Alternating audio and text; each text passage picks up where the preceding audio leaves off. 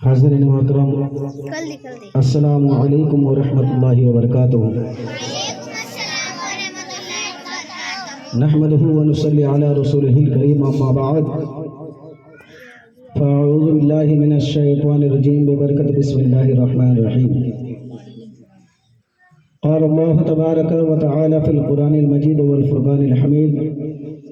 وأن ليس للإنسان إلا ما سعى۔ وقال النبي صلى الله عليه وسلم إذا مات الإنسان انقطع عمله إلا ثلاثة: علم، ولد صالح، وصدقة جارية، أو كما قال صدق الله مولانا العظيم وبلغنا رسوله النبي الأمين الكريم، ونحن على ذلك لمن الشاهدين والشاكرين والحمد لله رب العالمين۔ آئیے حصول برکت کے لیے چونکہ ہم اور آپ ایصال ثواب کی مجلس میں حاضر ہیں۔ ایصال ثواب میت کے لیے کی جاتی ہے، تو میت کے حوالے سے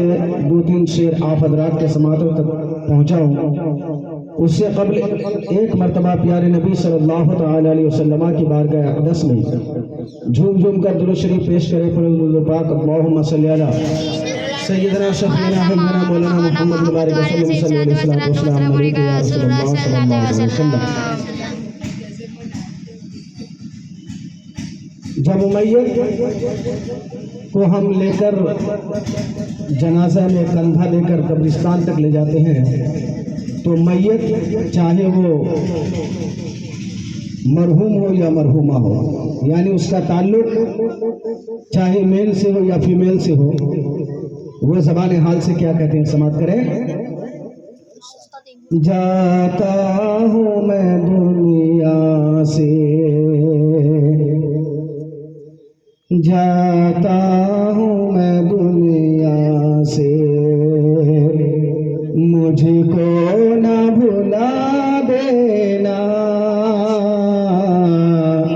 جاتا ہوں میں دنیا سے، کہ جاتا ہوں میں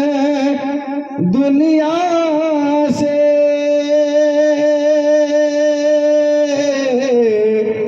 مجھ کو نہ بھلا دینا، مجھ کو نہ بھلا دینا، جب یاد میری آئے، جب یاد میری آئے، بخشش کی دعا کرنا، جب یاد میری آئے۔ اور میت کیا کہتا ہے، سماعت کریں۔ تم چاہتے ہو مجھ کو مل جائے اگر جنت، تم چاہتے ہو مجھ کو مل جائے اگر جنت، کہ تم چاہتے ہو مجھ کو مل جائے اگر جنت، مل جائے اگر جنت، قرآن مقدس کو، قرآن مقدس کو پڑھ پڑھ کے سنا دینا، قرآن مقدس کو۔ حاضرین محترم، چونکہ یہ ایصال ثواب کی محفل ہے، اللہ تبارک و تعالی قرآن پاک میں ارشاد فرماتا ہے وَأَن لَيْسَ لِلْإِنسَانِ إِلَّا مَا سَعَى، کہ انسان کے لیے نہیں ہے مگر وہ جو اس نے کیا۔ چونکہ وقت بہت کم ہے، اس لیے میں مختصراً ایک حدیث پاک کی روشنی میں ایک واقعہ ہے اسے بیان کر دوں، اس کے بعد انشاءاللہ پھر محفل میلاد کا اختتام کیا جائے گا۔ نبی پاک صلی اللہ علیہ وسلم ارشاد فرماتے ہیں اذا مات الانسان انقطع عملہ الا ثلاثہ، کہ جب کوئی انسان مر جاتا ہے تو اللہ تبارک و تعالی اس کے نامہ اعمال کو بند کر دیتا ہے، الا ثلاثہ، مگر تین چیز ایسی ہیں اگر انسان اس دنیا میں چھوڑ کر کے چلا گیا ہے تو اللہ تبارک و تعالیٰ ان تین چیزوں کی وجہ سے اس مردے کو بھی ثواب پہنچاتے رہے گا۔ اور وہ تین چیز ہے، پہلی چیز ہے علم، یعنی اگر کوئی انسان اس دنیا میں رہ کر علم دین سیکھا، قرآن سیکھا، حدیث مصطفیٰ سیکھا، سیکھنے کے بعد اسے دوسروں کو بھی سکھایا، بچے کو پڑھایا، قرآن کی باتیں سکھایا، حدیث کی باتیں سکھایا، تو اللہ تبارک و تعالی اپنے فضل و کرم سے اس انسان کے سکھانے کی وجہ سے جب وہ بچہ قرآن کی تلاوت کرے گا تو اللہ تبارک و تعالی اس بچے کے قرآن پڑھنے کی وجہ سے اس انسان کو بھی ثواب،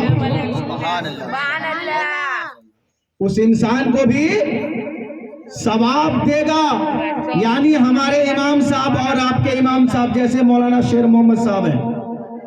یہ بچے کو قرآن کی تعلیم دے رہے ہیں۔ اب یہ بچے جب قرآن پڑھ لیں گے اور آگے جا کر اپنے گھر کے بچے کو، چاہے اپنے ماں باپ کو قرآن کی تعلیم دیں گے، اور جب ہمارے اور آپ کے امام صاحب اس دنیا سے چلے جائیں گے تو ان بچوں کے قرآن پڑھنے کی وجہ سے ان کو بھی ثواب ملتا رہے گا، ثواب ملتا رہے گا، جیسا کہ اللہ کے رسول صلی اللہ علیہ وسلم کا فرمان ہے۔ اور ایک حدیث پاک کا جو آخری ٹکڑا ہے کہ ولد صالح اور صدقہ جاریہ، یعنی اگر انسان اس دنیا میں رہنے تک اپنے بچوں کو نیک تربیت، نیک باتیں، عمل صالح کرنا، نیک راستے پر چلنا سکھا دیا ہے تو اس بچے کے اس بات پر، یعنی نیکی پر، قرآن کی باتوں پر، حدیث مصطفیٰ پر، نبی کے قول و فعل پر عمل کرنے کی وجہ سے اس بچے کی وجہ سے اس کے گھر والوں کو بھی ثواب پہنچے، جیسا کہ حضرت سعد رضی اللہ تعالیٰ عنہ نبی پاک صلی اللہ علیہ وسلم کا جھرمٹ ہے، نبی پاک صلی اللہ علیہ وسلم صحابہ کی جھرمٹ میں بیٹھے ہیں، اتنے میں حضرت سعد رضی اللہ تعالیٰ عنہ پہنچ گئے، نبی سے عرض کرنے لگے یا رسول اللہ میری ماں کا انتقال ہو گیا ہے، میری ماں اس دنیا سے چلی گئی ہے،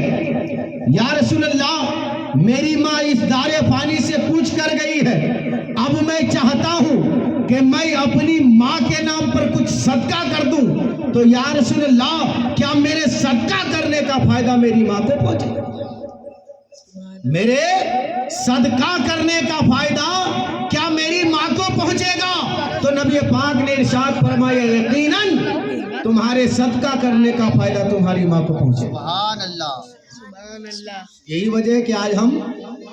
اور آپ اپنے مرحومین کے نام پر قرآن کھانے کراتے ہیں، صدقہ کرتے ہیں،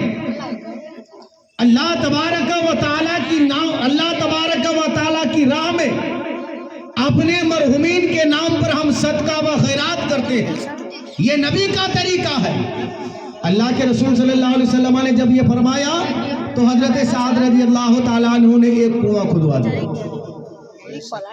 چونکہ اس وقت عرب کی دھرتی پر، اس وقت عرب کی سرزمین پر اگر کسی چیز کی قلت تھی، اگر کسی چیز کی پریشانی تھی تو وہ سب سے زیادہ پریشانی پانی کی ہوا کرتی تھی۔ تو حضرت سعد رضی اللہ تعالیٰ عنہ نے کنواں کھدوایا، اس کے بعد نبی پاک صلی اللہ علیہ وسلم کی بارگاہ میں پہنچا اور عرض کرنے لگا یا رسول اللہ میں نے اپنی ماں کے ایصال ثواب کے لیے کنواں کھدوا دیا، آپ چلیے چل کر اس کنویں سے پانی پیجیے اور میری ماں کے لیے دعا کر دیجیے۔ نبی پاک صلی اللہ علیہ وسلم صحابہ کی جماعت کے ساتھ، نبی پاک صلی اللہ علیہ وسلم صحابہ کے قافلہ کے ساتھ بتائے ہوئے راستے پر چلتے ہیں۔ نبی پاک صلی اللہ علیہ وسلم پہنچتے ہیں اور پہنچنے کے بعد جس کنویں کو حضرت سعد نے اپنی ماں کی ایصال ثواب کے لیے، اپنی ماں کی مغفرت کا ذریعہ بننے کے لیے کھدوایا تھا، اس کنویں میں پہنچتے ہیں اور نبی خود اس کنویں سے پانی نوش فرماتے ہیں۔ صحابہ کو بھی حکم دیتے ہیں کہ اے صحابیوں پانی پی لو، اس لیے کہ یہ ایصال ثواب کا کنواں ہے، اس میں امیری اور غریبی کسی کے لیے کوئی امتیاز نہیں۔ چونکہ اس وقت جتنے بھی صحابہ کرام تھے سب غریب تھے، تو صحابہ کرام نے بھی پانی پیا اور نبی نے بھی پانی پیا۔ اس کے بعد اللہ کے رسول صلی اللہ علیہ وسلم نے حضرت سعد کی ماں کی مغفرت کے لیے دعا کر دی کہ پروردگار عالم یہ کنواں سعد نے اپنی ماں کی مغفرت کے لیے کھدوایا ہے، اپنی ماں کے ایصال ثواب کے لیے کھدوایا ہے، اے پروردگار عالم اسے تو اپنی بارگاہ میں قبول فرما اور سعد کی ماں کے لیے بخشش کا ذریعہ بنا۔ سبحان اللہ۔ یہ نبی کا طریقہ ہے کہ نبی ایصال ثواب کرنے سے منع نہیں کرتے تھے، اس لیے آج ہم اور آپ نبی کے طور طریقے پر عمل کر کے اپنی مرحومین کے لیے مغفرت کی دعا بھی کرتے ہیں، مرحومین کے لیے صدقہ جاریہ بھی کرتے ہیں۔ اور اس حدیث پاک سے پتہ چلا کہ اگر ہم اپنے مرحومین کے لیے صدقہ کریں، اب ہم اپنے مرحومین کے لیے مغفرت کی دعا کریں، اگر ہم اپنے گھر والوں کے ایصال ثواب کے لیے قرآن خوانی کرائیں تو اللہ تبارک و تعالی اسے قبول بھی فرماتا ہے اور ہمارے مرحومین کے لیے ایصال ثواب کا ذریعہ بھی۔ لیکن ہمیں اور آپ کو چاہیے کہ ہم اور آپ اپنے مرحومین کی قبروں کی زیارت کریں، کیونکہ نبی پاک صلی اللہ علیہ وسلم خود اس پر عمل پیرا ہوتے تھے۔ حضرت عائشہ صدیقہ رضی اللہ تعالیٰ عنہ خود ارشاد فرماتی ہیں کہ نبی پاک صلی اللہ علیہ وسلم ہر جمعرات کو، بعض روایات میں آتا ہے کہ نبی پاک صلی اللہ علیہ وسلم ہر جمعہ کو جنت البقیع تشریف لے جاتے تھے اور وہاں جا کر کے کچھ پڑھ کر ان کے حق میں دعائے خیر کرتے، دعائے مغفرت کرتے۔ اس لیے نبی نے ارشاد فرمایا ہے کہ اے میرے صحابیوں اگر تم سے ہو سکے تو تم روزانہ اپنے مرحومین کی زیارت کیا کرو، اگر اتنا نہ ہو تو کم سے کم ہفتے میں ایک روز اپنے مرحومین کی قبروں کی زیارت کرو، اس لیے کہ اگر تم اپنے مرحومین کی قبروں کی زیارت کرو گے تو انہیں تم سے الفت و محبت بڑھ جائے گی، تم سے لگاؤ رہے گا، اور جب وہ تم سے لگاؤ رکھیں گے، تم کسی پریشانی میں ہوگے، تم کسی مصیبت میں ہوگے، تم کسی تکلیف میں ہوگے، تو تمہارے مرحومین اگر تمہارے حق میں دعائیں خیر کر دے تو اللہ تبارک و تعالیٰ اس دعا کو قبول فرما لے۔ اس لیے ہمیں اور آپ کو چاہیے کہ ہم اور آپ اپنے مرحومین کے لیے دعائیں خیر کریں اور ساتھ ساتھ اس بات کا بھی خیال رکھیں کہ نبی کے طور طریقے کے مطابق، نبی کے قول و فعل کے مطابق ہم ہفتے میں کم سے کم ایک بار اپنے مرحومین کے قبروں کی زیارت کریں۔ اللہ تبارک و تعالی ہمیں اور آپ کو سننے سے زیادہ عمل کرنے کے توفیق و رفیق عطا فرمائے۔ وآخر دعوانا استغفر اللہ ربی من کل ذنب واتوب الیہ۔ صلاۃ و سلام کے لیے